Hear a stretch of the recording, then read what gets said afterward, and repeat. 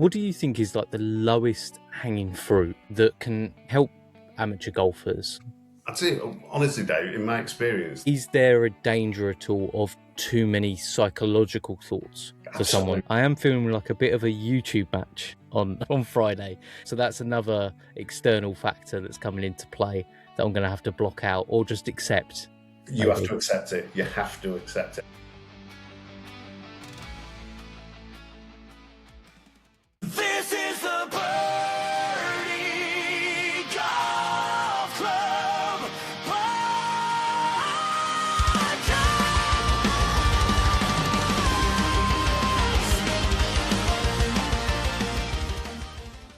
Hello, everyone, and welcome back to the Birdie Golf Club Podcast. Now, before we bring our exclusive interview, which is coming later on in the show with leading tour sports psychologist Lee Crombleholme, I think we should just have a look back on what was quite an exciting weekend of golf as I continue to try and improve the intros that are a little bit less boring about the mundane things that I've done and instead what's going on in the golf world. So we had a tense playoff at Jack's Place, history being made in the women's game, and a brilliant European showdown over in Spain. So let's dive straight into the action from this weekend. First up, we had the PGA Tour, the Memorial Tournament at Jack's Place, Mirrorfield Village, for his event. It was a brutal test all week. It was firm and fast, and it played very much like a major championship venue. It was, of course, JT Poston who secured the title. He received that traditional handshake from Jack Nicklaus along with a $4 million prize. I wonder which one he preferred. The handshake would have to be pretty incredible, and Jack's getting older. So it unfolded in an interesting way, really. JT Poston looked to have complete control of the tournament come Friday evening. He shot an incredible 65 to sort of spearhead the tournament. But that major storm came in on the Saturday, halted play and softened the course and allowed the chasing pack to catch him up. And by Sunday, I remember I was watching and it was around the sort of turn, around the 9th or 10th hole. And again, JT Poston looked like he had a pretty strong stranglehold on it. He had like a 3-shot lead. And I must admit, I switched off and then I came back on and looked again on the 15th hole and the 16th hole, and there was a 5-way tie for the lead with big names like Tommy Fleetwood, Sam Burns, Wyndham Clark, JT Poston, and another name that I'm forgetting, Ryan Gerard. There we go. And I thought, wow, you know, these guys have really caught up well, and maybe he's faltering a little bit, but actually that's not what happened at all. He actually managed to find 3 birdies in the final 5 holes to force a playoff with Ryan Gerard, who I mistook, very niche, this one. I mistook Ryan Gerard for a guy called Ricky Gerard. And I used to watch quite a bit of CrossFit. And Ricky Gerard was suspended for sort of drug use. And when I saw Ryan Gerard there, I was like, you know, that's interesting. Maybe I can look up some of the stories over what happened with his suspension. And then very quickly realised 2 completely different guys playing 2 completely different sports and not the same person at all, just share initials and that's it. So Ryan Gerard, completely clean, never been suspended for drug use. So that's good to know. But they both finished at 12 under par and it went into a playoff, and they headed down the 18th. They actually played the playoff hole twice, tied it on the first, and then JT managed to seal the biggest victory of his career on that second playoff hole. Notable finishes: Wyndham Clark, as we just mentioned, just finished a single shot back at 11 under par. Tommy Fleetwood, he had a really excellent run, but just fell short, and he finished tied for 4th alongside Sam Burns. And Scotty Scheffler and Rory McIlroy had what would they consider a pretty quiet weekend, really. Not really challenging, but still finishing tied for 12th at 4 under. Moving on to the LPGA Tour. LPGA Tour was at the historic Riviera Country Club in Los Angeles. And to be honest, we are really witnessing what is a historic time for women's golf. And it's a golden era right now. And the person at the centre of that golden era is indeed Nelly Korda. She is the US Women's Open champion. It was her very, very first US Open title, her 4th victory of the season, and incredibly her 2nd consecutive major of the year. She's operating at a different level right now. It was far from straightforward for her though.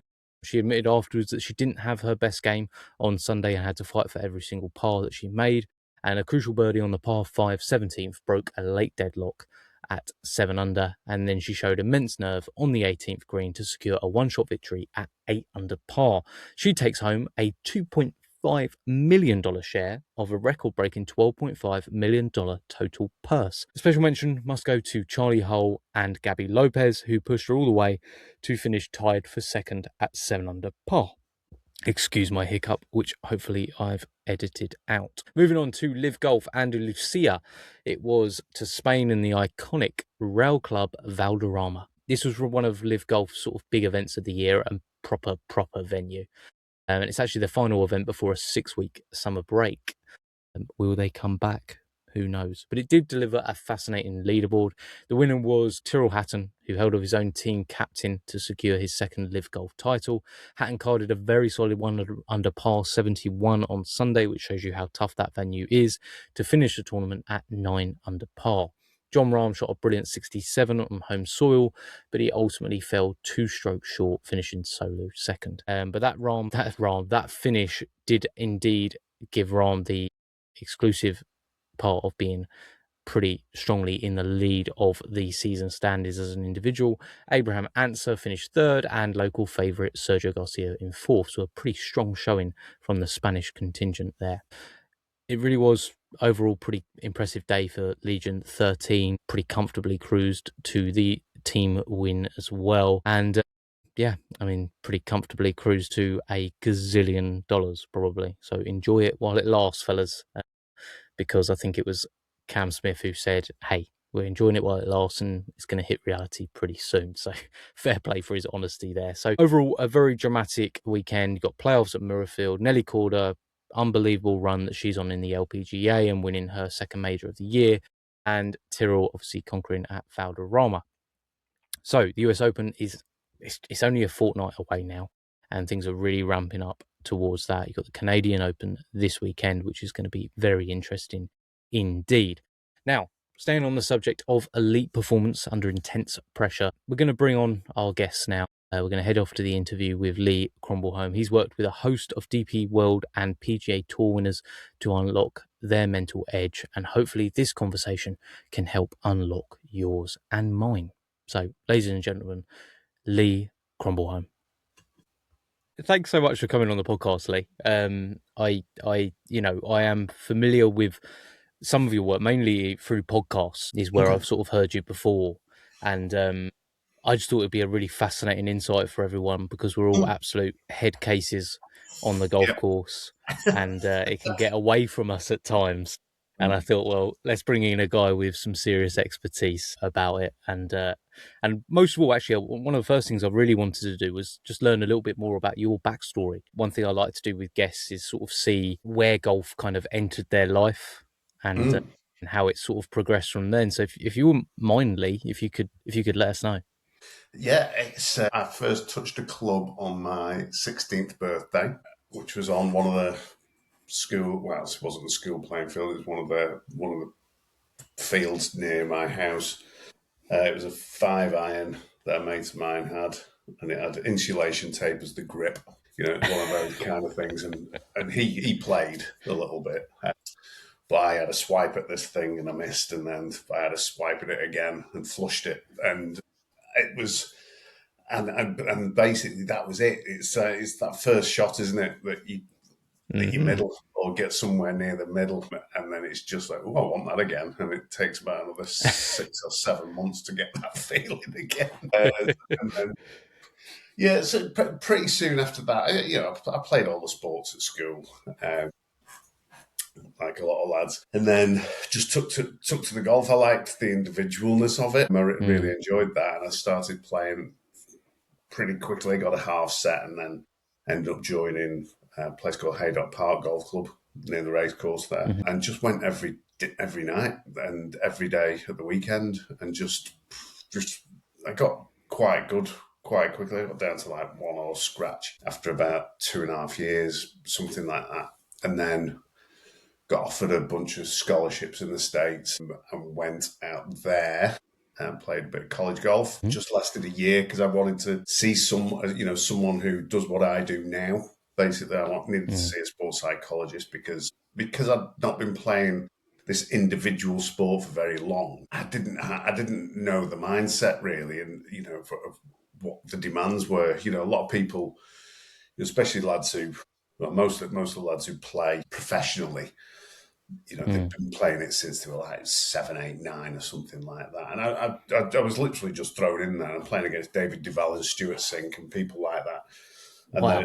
they're unbelievable, clearly, unbelievable golfers. And I was just stood there going, right, don't hit it there, don't hit it there, don't do this, don't do that. Stay in the present. What the hell is that? I've no idea, no concept. I thought, being confident was thinking about the score and trying to post a certain score. All the stuff that since, I've learned is debunked.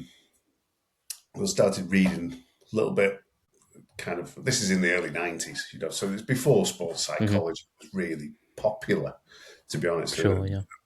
Reading some of the heavy kind of performance psychology books in the States at the time, and then deciphering them and finding that it made sense to me, and then helping other lads on the golf team. And it helped them, and I got a real buzz off it. And so I thought, what, I'm going to come back to the UK because it's still, even though I was on scholarship, it still cost my parents quite a bit of money. Okay. I felt quite guilty about that. As amazing an experience as it was and is fabulous out there, the college system, I wanted to come home and focus on becoming a sports psychologist in golf rather than being a golfer. So that was that bit. That was the start. Yeah, that must have been. It's a big decision to make at like quite a young age, right? Because as a golfer, as many people would like to think of themselves as, well, if I'd put enough time in, if I'd done this at a young age, then I could have got to this point. You had that rapid acceleration. Clearly you had talent there to get that going. Do you think in many ways that if you knew, and it's a very difficult question to ask, but if you knew what you know now about the psychology side of things, that you could have had a real run at it, or was there just a bit of a gap as far as skill? I don't think I would have ever hit it far enough. I was never a long hitter. I was one of these kind of like nice technical players. I wasn't sure, but it's probably a bit unfair really, because it's now only kind of the last 10 years where it's gone really ballistic with the distance stuff. But I've thought about it, and it would have taken, quite a bit of the mental training, because I was so bad. I was literally so bad at everything. Really? There would have been so much work to do just because of my lack of experience. I loved the game, but difficult. Yeah, I still stand by it. I don't think I hit it far enough to have a run at it. I could have turned pro and done teaching or something like that. But I got the psychology bug. I really did. I always had an angle towards psychology, to be honest. People, even at school, would always come and talk to me about stuff, and it was just in my personality kind of thing. People who had issues or whatever, and they just felt comfortable coming to me, and that was from like early on in school.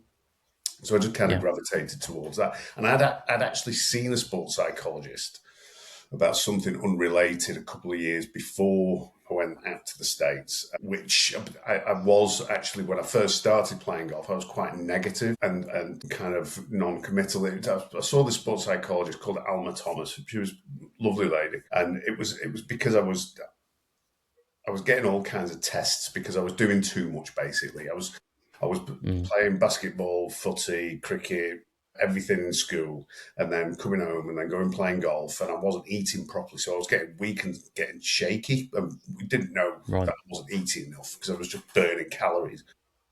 And so I went to see the sports psychologist under the guidance of my coach at the time, and she just chatted to me for an hour, and she said, "You know what, Lee, I've asked you all these questions and you've not given me one kind of really positive, constructive answer. It's all been, how's school or college going? Yeah, it's okay. How's your golf? Yeah, it's fine. That kind of blasé, non-committal, non-committal answers. And she highlighted it to me, and I changed like that. I thought, do not want to be that person. Just don't want to be that person. And I literally just changed overnight. And I thought, do you know what? This sports psychology, quite fancy this, even though Yeah.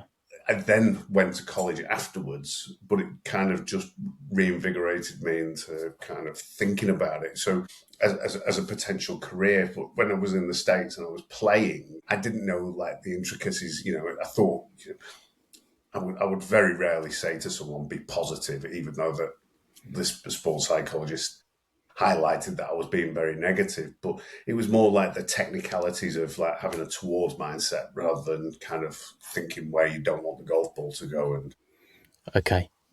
having good body language, and just the underlying stuff for confidence, really, which Yeah. was what really got my interest.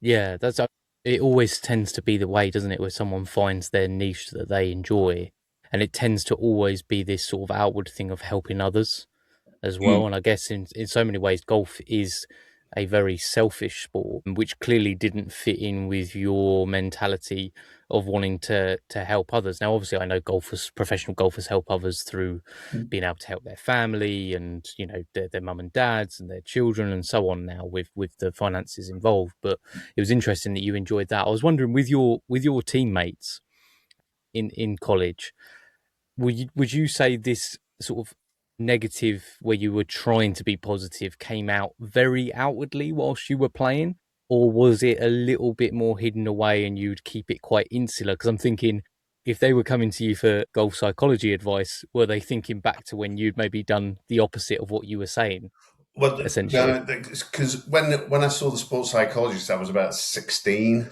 I think. I think it Okay. was around. It was kind of like, it was probably 16, 17. So it wasn't long Okay. after I'd started playing. So it was probably about 17 years old. So I'd seen her and I'd made the switch then. So I was like really positive. I was super positive when I went to college in the States. And then, but I was still making the mistakes. I knew that I wanted to see a sports site because it wasn't about being positive. It was, I was making other errors, things like Okay. Yeah, I see. focus errors or dealing with pressure errors, those kind of things. All the other stuff. Those intricacies that you mentioned. It wasn't because I was being negative, because I was being super positive, but it was still going wrong. And this is, part of my belief. And, still to this day, it's not about being positive. It's about being resilient and being able to stay focused no matter what the situation, that kind of thing. That's where sports psychology is really. It's certainly not about being positive, which is what most people think. That's what a lot Yeah. Yeah, because golfers generally come out with that, when they go and play around, they want to, at the end of it, go, I had a really good day today, and all those types of things, and to focus about everything other than the golf. Do you find that those positive kind of sentiments almost aren't actually kind of intrinsically linked to actually better golf? Is it just a bit of, you're saying, kind of, when people say that, are they kind of just saying buzzwords to give themselves the perspective of they've done the right thing? Yeah, I would say so. I would absolutely That's say a shame. so. Yeah, I know. It's for me. Sports psychology is. It's not about. It's not about making your good rounds better. It's about making your bad rounds better, and it's about making your bad shots better, and it's about keeping. It's dealing with the absolute carnage that is a round of golf, because there's so many variables. And I say this, all the time. There's so many variables on the go. Yeah. Just some that we can control, others that we can't control, and obviously the ones that we can control, we need to take control of those, and the ones that we can't control, we need to learn to work around them. Things like the weather, lies, bad bounces, all that kind of stuff, and that they're completely out of our control. Yet we can allow ourselves to get frustrated by them. And even frustration, it's a natural human emotion.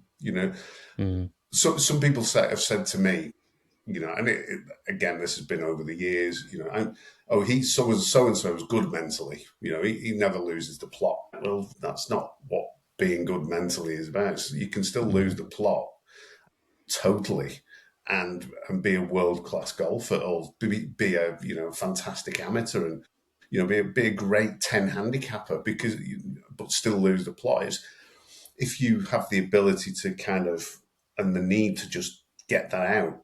We call it catharsis in psychobabble land. It's just getting the emotions out. Just get them out and then move on and refocus on the shot that's in front of you. Then that can be the best thing for you as a golfer. It's not about staying super calm all the time. Even if it's a bad shot, I'm not going to react. That's a bit psychotic. Yeah. You worry about that guy. Yeah. Worry about that person. Yeah. When does it come out?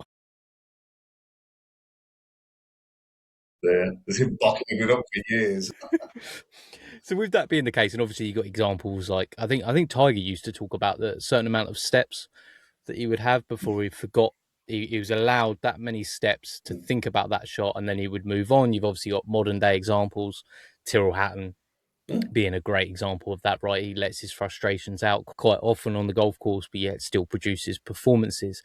When does that reaction bleed into being a negative sort of net reaction, if you know what I mean? When does that become an issue if someone has that reaction?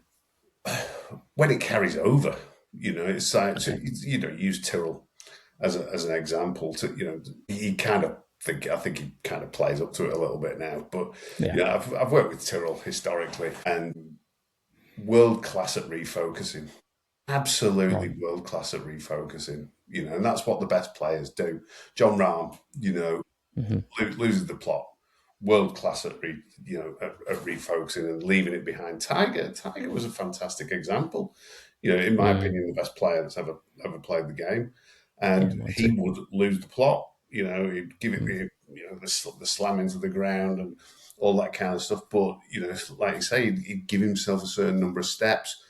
And then the body language would kick in and step over. I think I read something, it's like step over an imaginary blue line or something like that, and then do the body language, calm his, slow his breathing down, so and leave it all behind.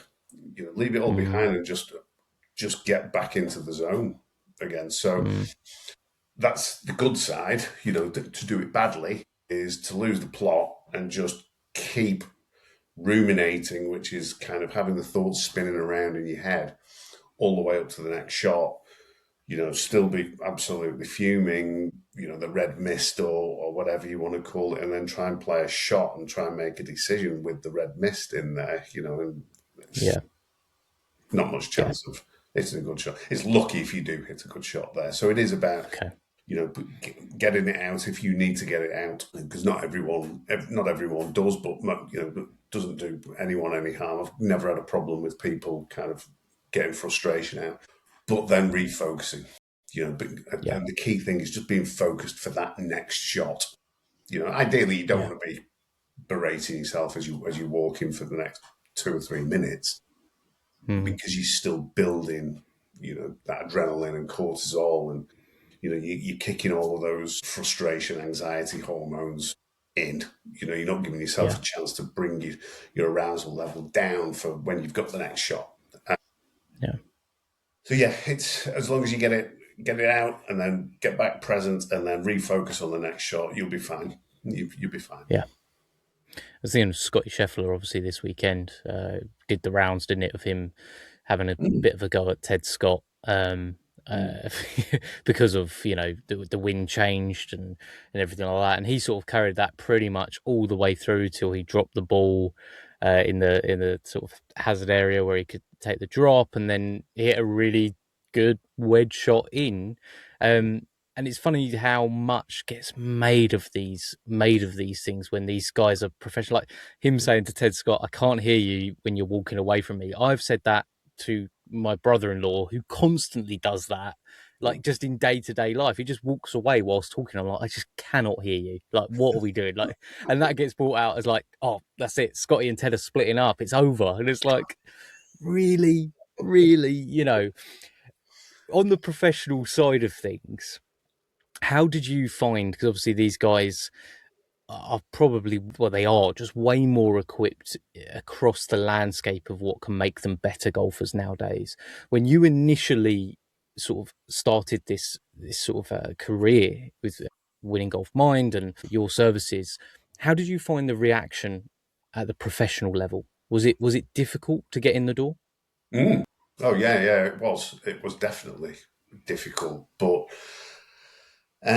I just kept going to the golf tournaments. I got creative with letting people know what I did. I made some kind of hypnosis audio CDs, and had them, professionally done and printed off. There was like 5 tracks on these CDs, and like give them out on the putting green.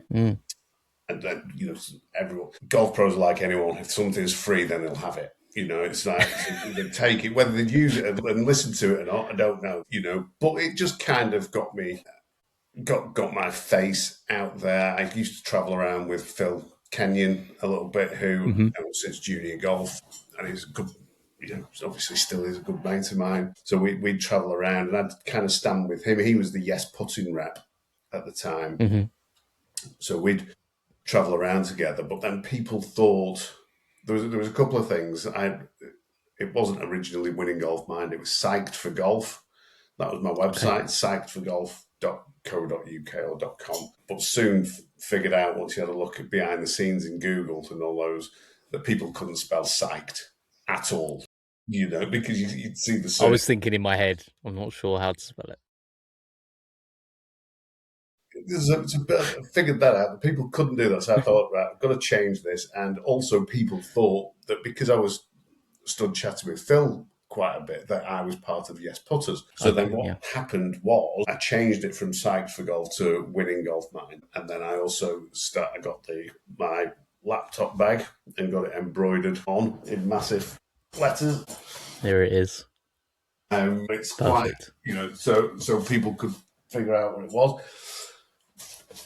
And then eventually, I got a foothold with golfers, and I think Brandon Grace, I think Slats won in Madrid, Lee Slattery, and then Brandon Grace won 4 times in a year, and then I started to get interviewed a little bit on Sky Sports and all that kind of stuff. And then players were obviously watching, and they figured out that I'd helped Brandon a lot, and then it just kind of snowballed.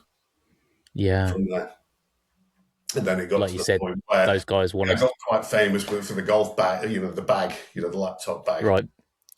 And then someone anonymously give it a Twitter account, which was at Crumbles Man Bag, and that took off. And there was a few people involved in that, and it's still on Twitter, and it was hilarious. And it turned out it was Mr. Kenyon, because he's very funny. Oh, brilliant. But if you have a look on X at Crumbles Man Bag, it's really bloody funny because he is an idiot. That's brilliant. I've got to put a link. I've got to remember to put a link to that in the description so everyone checks that out. That's amazing. Yeah. I guess he does a busy man nowadays. I doubt he keeps up to date with the man bag, does he? No, maybe we need to revive it. As soon as I figured out that it was him, it all stopped. But it's still up there as far as I know. There you go. If someone wants that, he had loads of people in on it. It was like loads of players, and it's like taking sneaky pictures of me and at airports and this kind of stuff. And it just got out of hand because it was hilarious. But it was hilarious. Oh, that's so good. That's so, hey, what a mate's for at the end of the day. Exactly. You've come up with a brilliant branding idea that works really well, and he just finds a way of taking the mick out of it. It's correct. It's just 100%. bang on, isn't it? That was interesting with the. It was interesting with the sort of the Hypno CD. I recently learned about with Mike Tyson how Custom Otto used to basically use sort of like hypnosis to sort of make him into the machine that he was. Oh, wow. In the 90s. Yeah, learned that relatively recently, and hence why it was such a big loss for Mike Tyson after Custom died, because that was kind of his home. I think he was adopted by him and all sorts when he was young. Right. How did players respond to that? Because I'm guessing there was quite a few that were highly skeptical of it, but did they did they find that it put them in a amazing mindset and just that sort of subtlety that there was to it? Well, there's another quite funny tale with that, because I wasn't the first person to do that kind of stuff. There was a guy, little Belgian guy called Jos van Stefout, who worked with Retief Hussen, Ernie Els, and quite a few of the players. He was before me, basically. He didn't have any psychology training. He just used to kind of almost bully players into playing well. But he did these audios, and he said that he made all of these audios bespoke for each player, right? But I've heard it from multiple sources that they were all the same audio, and it'd be like at the start, yes, hello, and then it'd be like, David Howell. He didn't even bother. And then he just edit the name in every time. That sounds like my intros to the podcast. Yeah. But I tell you what, Jos was quite famous. He's not with us anymore, unfortunately. He passed away a few years ago, but he was unbelievably successful. But he was a right aggro kind of character. He's a proper character. But he did quite a few of these audios, so players were kind of primed, for audios. But no, they loved them. They really liked them, and they still do. And I've still got recordings of those original, CDs, and I do send them occasionally to players that I work with, just as a reminder on WhatsApp, because it's like one of the audios in particular, it's like a pre-round audio.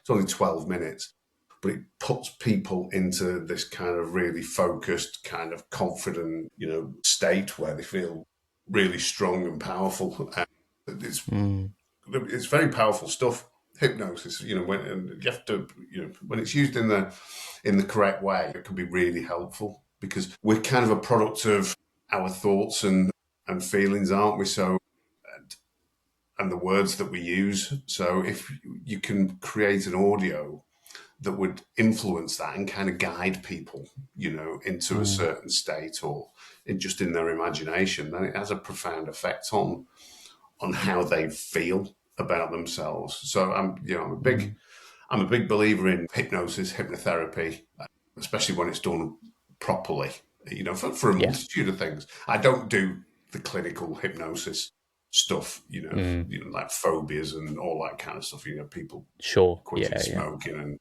fear of flying and all that. But you can, if you can find a good practitioner, they can really do people a lot of good.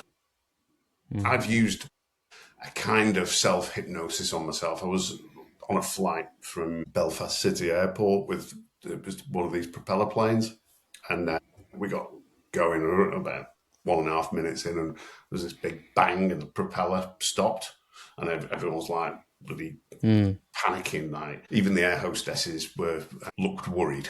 That's whenever you're it's not ideal, is it? It's not good. No. I mean, they were brilliant, but you could see there was a sense of shock, and obviously everything was fine. They can go on one propeller, as I soon learned after about the next 30 seconds. Thank goodness. Yeah. Went back round and landed. But for like the next few months, whenever I was taking off in a plane, which is obviously on quite a regular basis, you start to get really edgy. Yeah, of course, yeah. So I thought, I've got to start to kind of manage this, and started doing a bit of self-hypnosis and a bit of this particular breathing exercise just to try and neutralise that feeling, which I managed to do within about 4 weeks of starting to do it and realising that there was a bit of an issue. So that's just hypnosis is definitely something that I think is very beneficial for athletes. Yeah, absolutely. And you mentioned obviously the way that Jos used to tailor, in quotes, tailor them to, and I know that's important to you as well, that every athlete is an individual, every golfer is an individual. How big is the disparity in the way you sort of deal with each player? Is there huge gaps, or is it just the incremental little differences that need to be part of it? There's certain things that are fundamentally, kind of foundational, whatever, however you want to call it, it's like I like to work around certain things that are kind of encourage flow. You like this peak flow state, which is what certainly the professionals are looking for, but amateurs should be looking for it as well. So the triggers are to be really focused, very present, have this towards mindset as opposed to avoidance, and very accepting of thoughts and feelings, not just where the golf ball goes. So there's that side, which is the side where you want to kind of encourage that flow state. And then there's the other side. So that's a human thing. They're four of the main flow triggers for humans, no matter what they're doing. So I do like to look at those in detail with players. Now it's focus for one player, focus for Kiradek is going to be completely different than focus for Andy Sullivan, for example, or Paul Waring. The guys that I work with, and Matt Baldwin. They all have different ways that they focus. They have different ways that they stay in the present. They have different ways that they keep in a towards rather than avoidance mindset, and their levels of acceptance are quite different. So within those fundamentals, there's individual differences, but then also some people are more prone to wanting to kind of chase a goal, and others a little bit more kind of trying not to fail, and so it's knowing which buttons to press. And the more you work with someone, the more you find out what those good triggers are for their personal performance.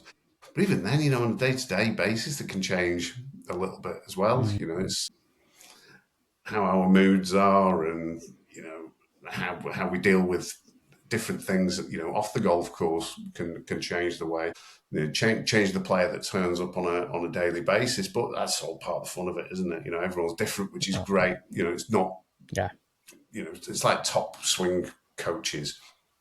They don't coach a particular method. They don't teach everyone to swing the golf club the same, because you've got parts of your own DNA within the golf swing, and that's what differentiates a really good coach, I think, to someone who would just be a decent coach.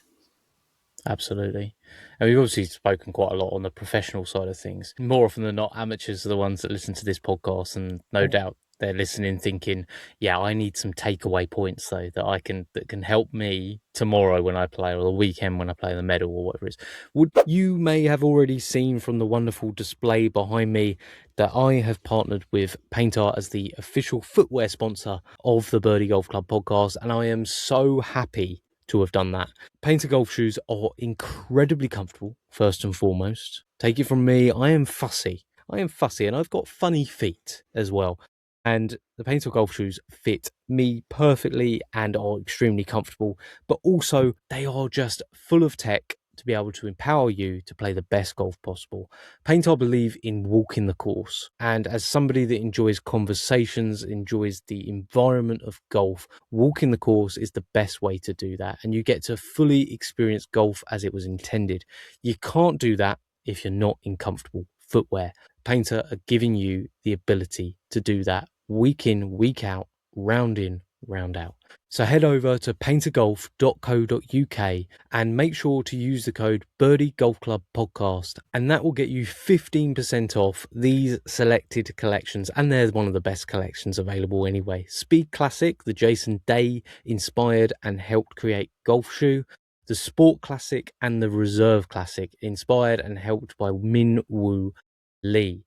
Head over to paintergolf.co.uk, get yourself the best golf shoes in the game, and look incredible whilst you do it, so you can go on and walk the course. Right here in my hand is the ShotScope LM1, which is available right now on the ShotScope website. In fact, it may be sold out at this moment in time. You have to bookmark it and then come back to it when it's back in stock, because it is by far the most popular product in the 2026 catalogue on ShotScope and just throughout the golfing industry. And the reason being, this product here is a launch monitor that is £200, and it is super accurate. I literally took shipment of mine and took it straight to my practice area and was hitting shots, getting accurate feedback, which also links to the app, which is subscription free.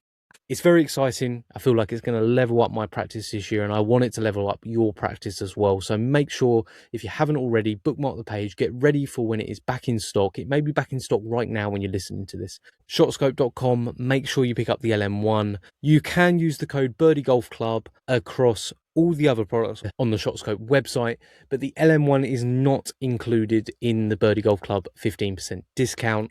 But you know what? I don't care. I want you guys to get this. £200 is incredible value. It's £199, and it will transform your practice. And if you want to pick up a watch, a rangefinder, whatever it may be, they're the best products in the golfing market when it comes to golf tech. Head over, get your ShotScope products, get the LM1, level up your game this year, and do it with ShotScope, who empower golfers. They're a golfer first company. Let's head back to the episode. What do you think is like the lowest hanging fruit that can help amateur golfers? Maybe not instantly, but certainly over a course of time. When it comes to the psychology of golf, what would be those lowest hanging fruit? Maybe if there was a certain amount. I'd say, honestly, Dave, in my experience, the amateurs are the ones who can make the biggest gains the quickest, because pros are good anyway. Pros are usually pretty good mentally anyway. They're literally looking for 1% increments, and but quite a few of them. Yeah. So the amateurs, let's just build it around them 4 flow triggers. It's nice and simple. So, and they're in this order. Flow cannot kick in without focus. So being fully immersed in the shot, right? So how often do we see, and I see it in the pro-ams, players will just kind of, they won't have any kind of focusing strategy at all. And, once the pro-am players in out on the tour in the pro-ams find out what I do, if I'm walking around with one of my guys, they start asking me questions. And these are some of the things, these are the low-hanging fruit. Ask a question before you shot in order to get you focused. So the question would be either, what does a good shot look like? What's my target? What else can we use? If they've got a bad lie, what club can I get on this? How can I get this close to the green? Rather than going, oh, it's in a divot, I've got no chance. That's sure. Do you know what I mean? So yeah. Something like that. They're in a divot. I've got no chance. That unlucky am I? The mood. So go into that challenged mindset. What club can I actually get on this? Can I get it up by the green? But just asking, what's my start line, or what does a good shot look like, or what kind of trajectory or flight do I want on this, or what does a good shot feel like if they're more feel based? It gets them focused on the shot, but it gets them focused on the shot in the right direction as well. So it's a good question will be increase the focus. It will get them in the present, but if they find themselves getting out of the present, going forward in time or backwards in time, if they just ask, what do I want to do now?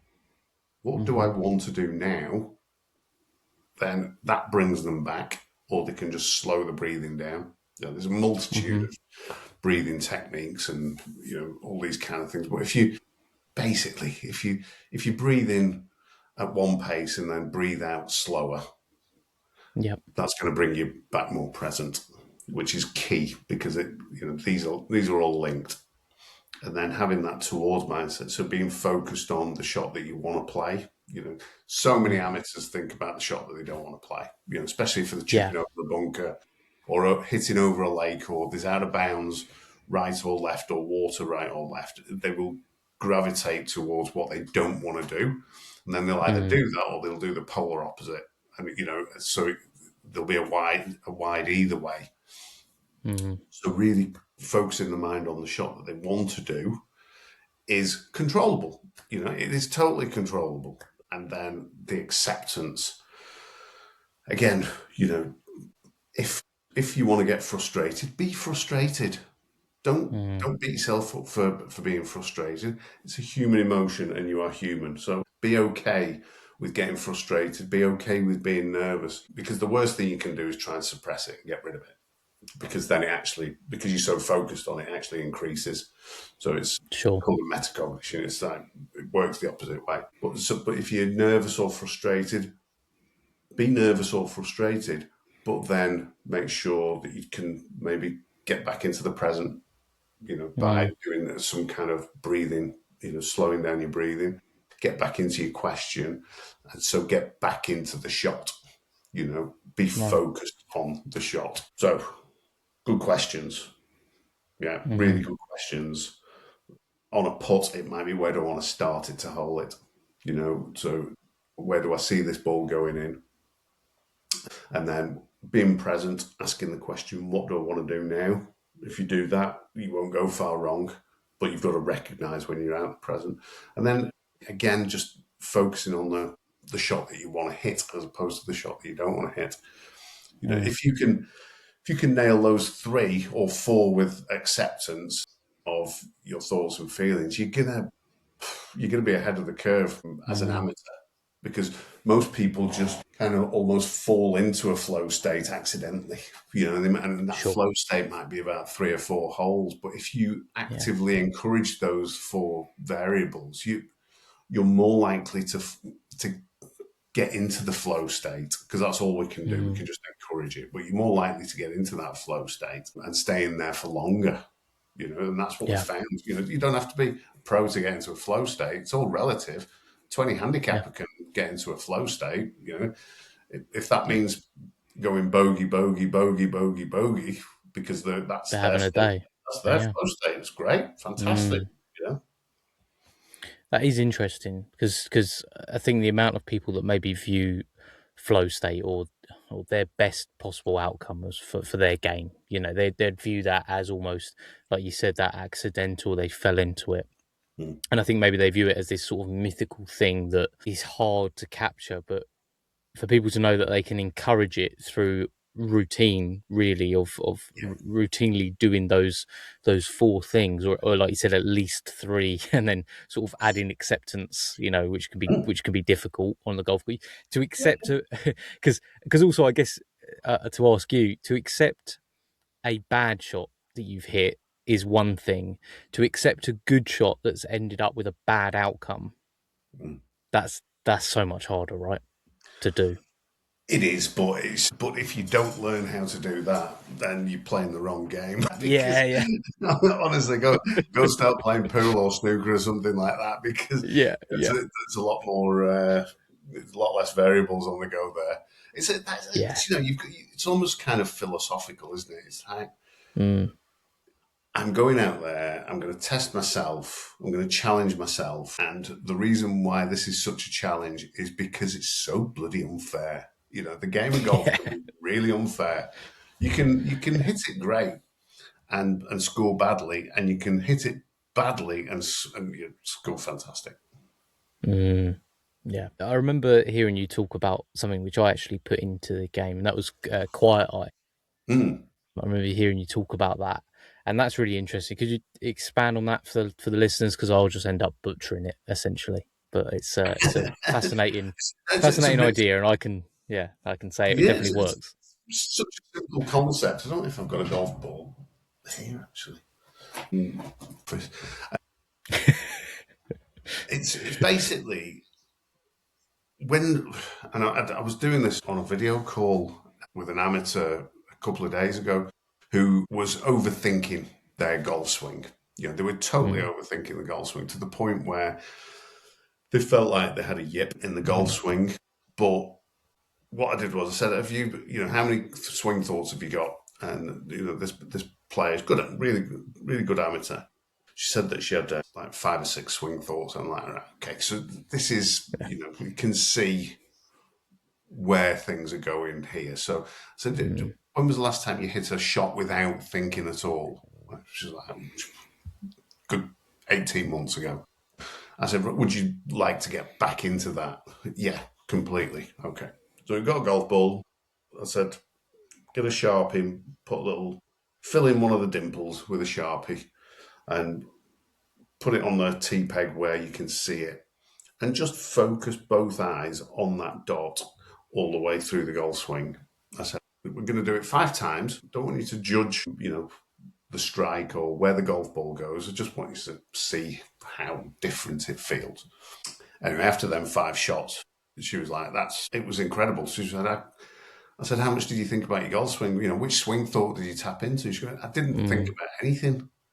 She'd had some lessons at some point somewhere and just got overly technical, but just focusing on that one dimple that was coloured in just had the effect of clearing her mind. And it is a technique called quiet eye where we can only actually focus on one thing at a time, but we flit around with what we focus on.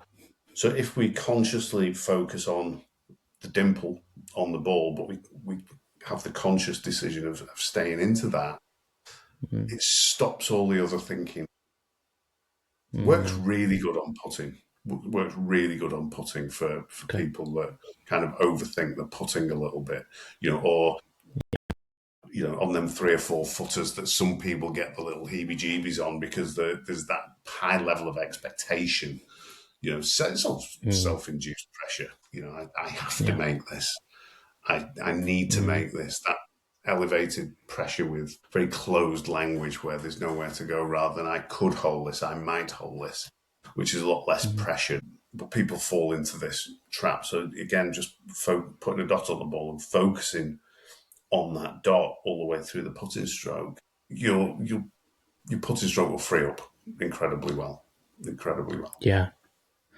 No, I remember you talking about it. Thanks for explaining it as well, Lee. But I remembered you talking about, I was actually listening to Halfway Hut podcast, and Chris from that podcast, I actually went on a golf trip with him the week after that podcast, and I was worried that I was going to have to hit the first tee shot, and there were all these things going through my head.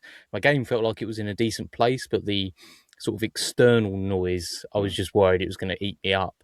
And I put into place the quiet eye with had a little, the red dimple, one dimple, and annoyingly for him, through his podcast and having you on, I shot the round of my life that weekend. Like, I was playing off like 13, 14 and shot a 77, and just it was unbelievable. But it was because it completely removed like the external noise for me, and just made me hyper focus on that one thing and remove everything else from it. Now, obviously, I still hit some bad shots that weekend, but at least I wasn't then thinking, oh, it's because he said this, or whatever was going on behind me, and which was probably quite a lot all the time.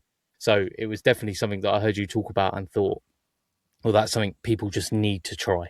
They need to try it at least once. And it's instant. The thing is with that, what I've found is you don't need to, it's not something that you really particularly have to practice. After about 3 shots, people will be like, they'll either love it, or I've actually had it where people go, I really don't like that because I feel as though I'm losing too much control. I need to think about a golf swing. Right. Like, okay, that's fine. It's almost like they're thinking too little. So I'm like, right, okay, just make sure you look at the golf ball. I know it sounds a bit bloody obvious, but make sure you're looking at the golf ball for a start, because a lot of people will track the putter or the club head, or it's incredible once you get people to actually focus on the golf ball.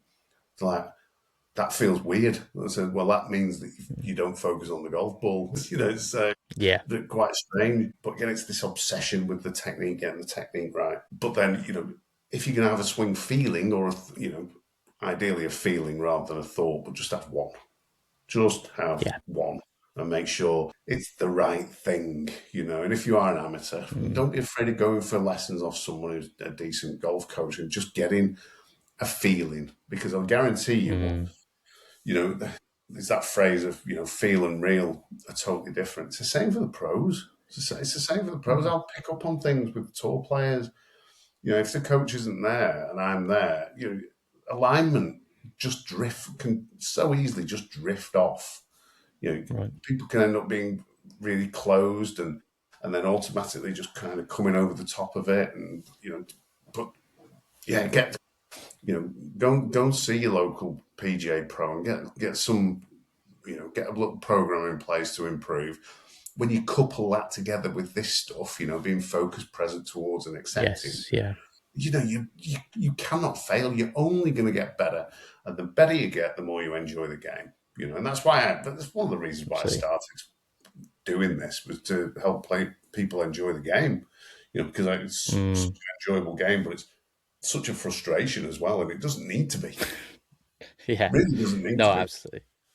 No, because golf creates memories, right? That's like one of the beautiful parts of it. It's one of those rare sports where you can not only play something that you really love, but you can also enjoy it and actually learn more about the people that you're surrounded by as well.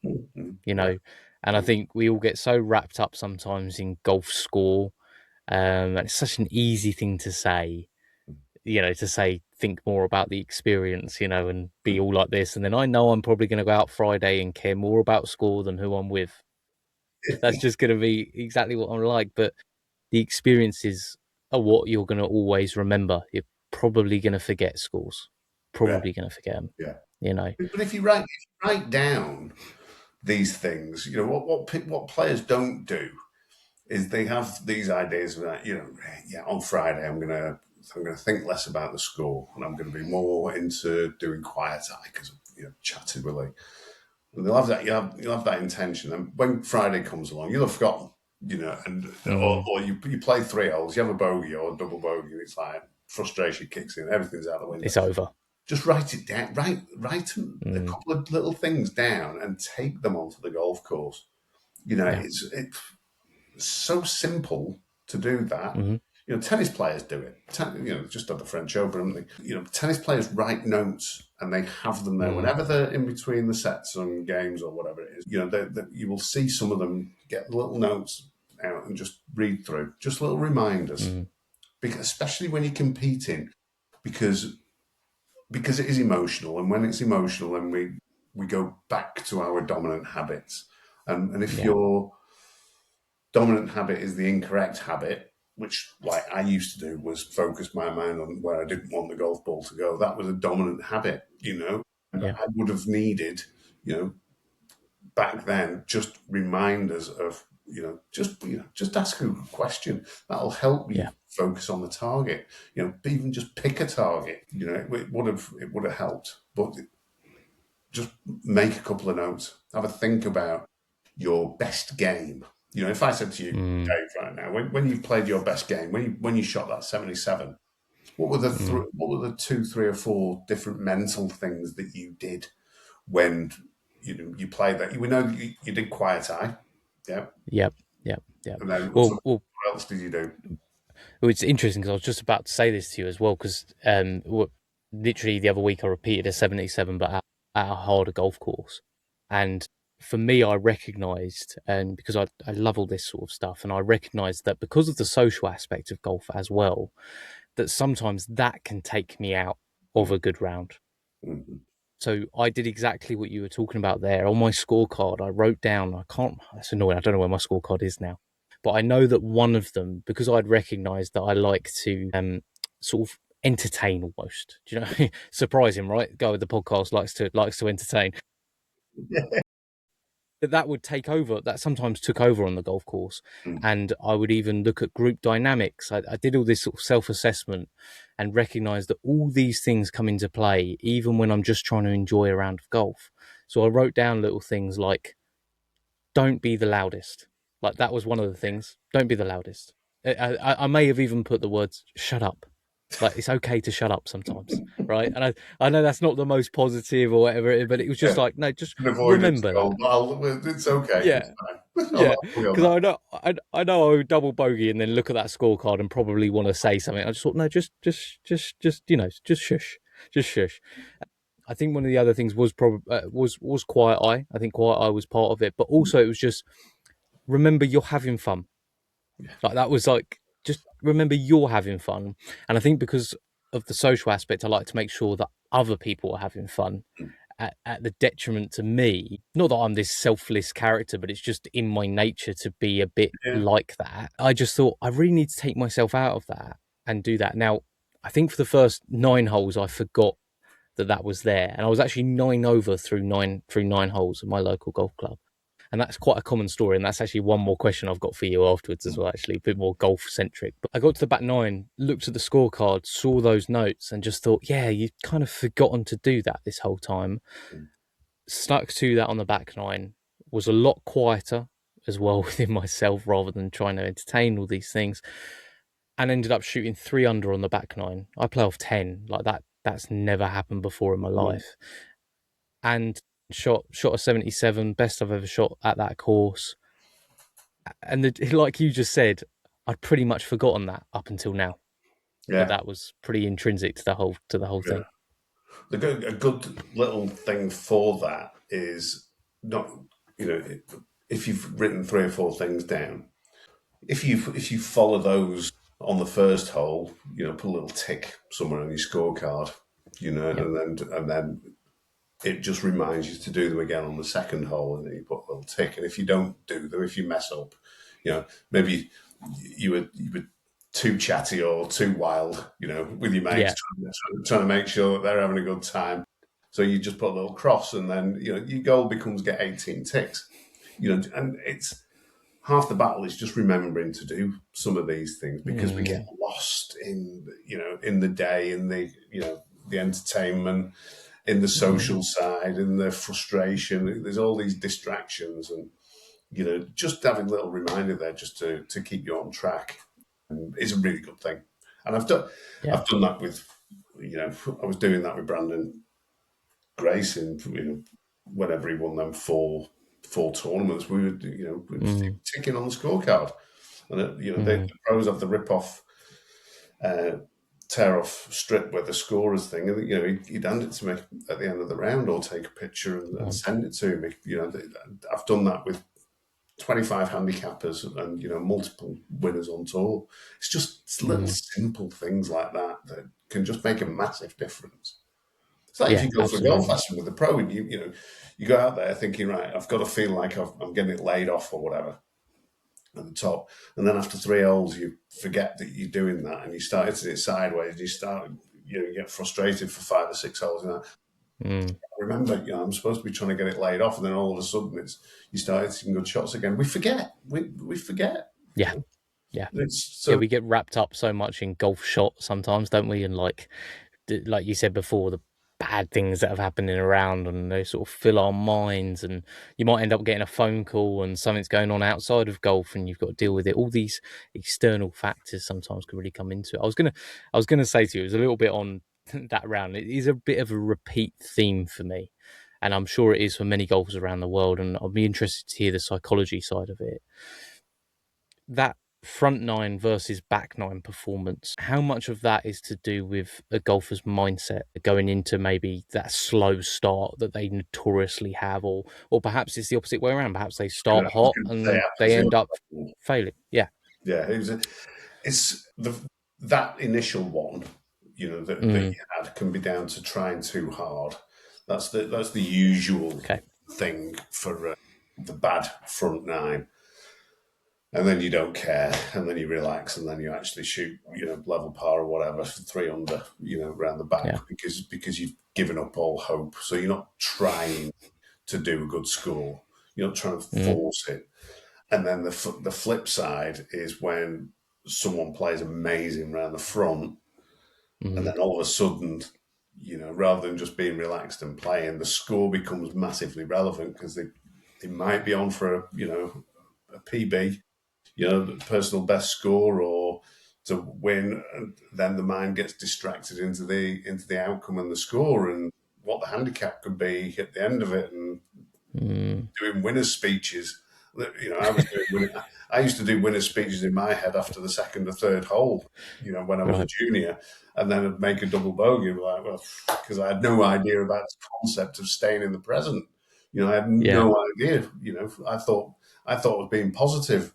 Thinking about the winner's speech on the third hole, whereas at the green light, it was just shifting my focus into something that's completely irrelevant, and definitely not on this next shot. So if the bottom line is, if we could get, the challenge is to stay within the process focus, stay within your pre-shot routines, things that are controllable. If you can stay in those. So it really comes back to flow again. Yeah, really. definitely. Yeah. Definitely comes back to focus without a shadow of doubt. Focus present towards. If you honestly, if you won't go far wrong if you've not, and the acceptance of thoughts and feelings rather than worrying about your worrying. You will not go far wrong. As a nice and simple structure. Because I guess if someone manages to flip it and they start well, then the back nine issues come into play because they've started so well. So instead, breaking golf down into that every shot, having the routine, doing the 4 things that you mentioned before, to stay present, to stay in each shot, and to think towards the outcome rather than thinking of the acceptance speech, thanking your parents, all this sort of stuff that can come into play. Yeah. Then that definitely helps. I'm going to try and put that into. I am going to put that into play. I'm not going to forget. I'm not going to forget.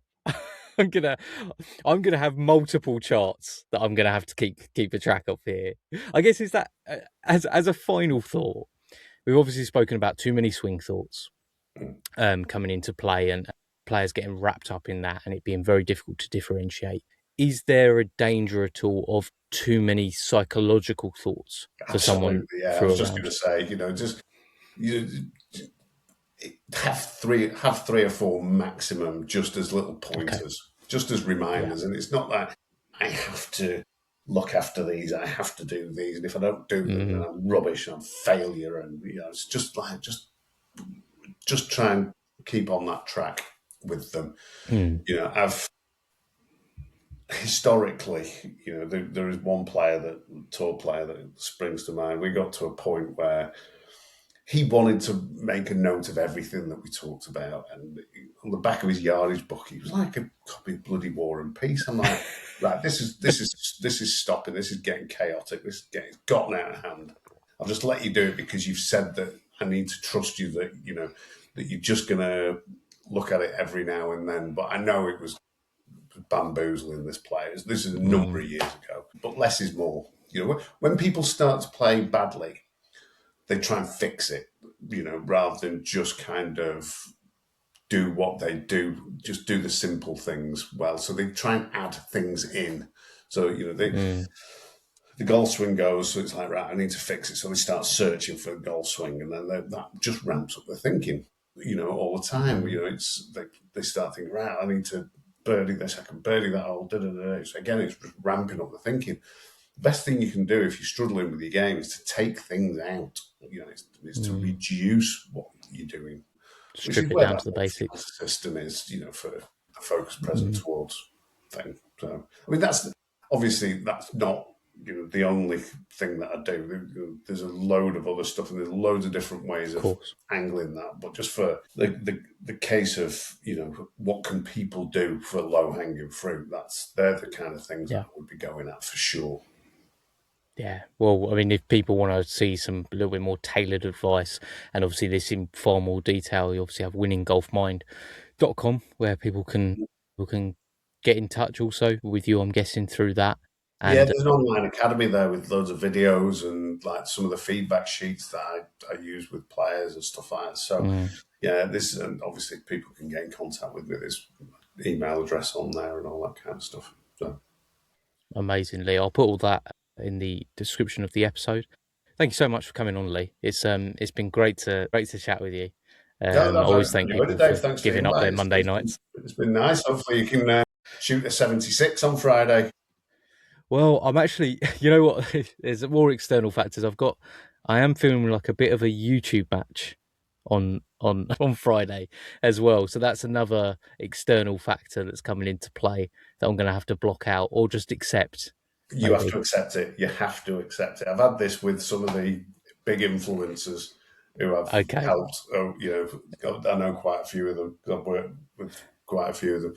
And they're like, I can't, it's a shot in front of the bloody cameras. They're trying to do like you and try and be jokey, and rather than just focus on the bloody shot. You've just got to accept that it's there. You can't, because it is there. because you can't block it out because your brain will go, you're not blocking this out. It is there. Yeah. But it's okay that it's there. It's fine.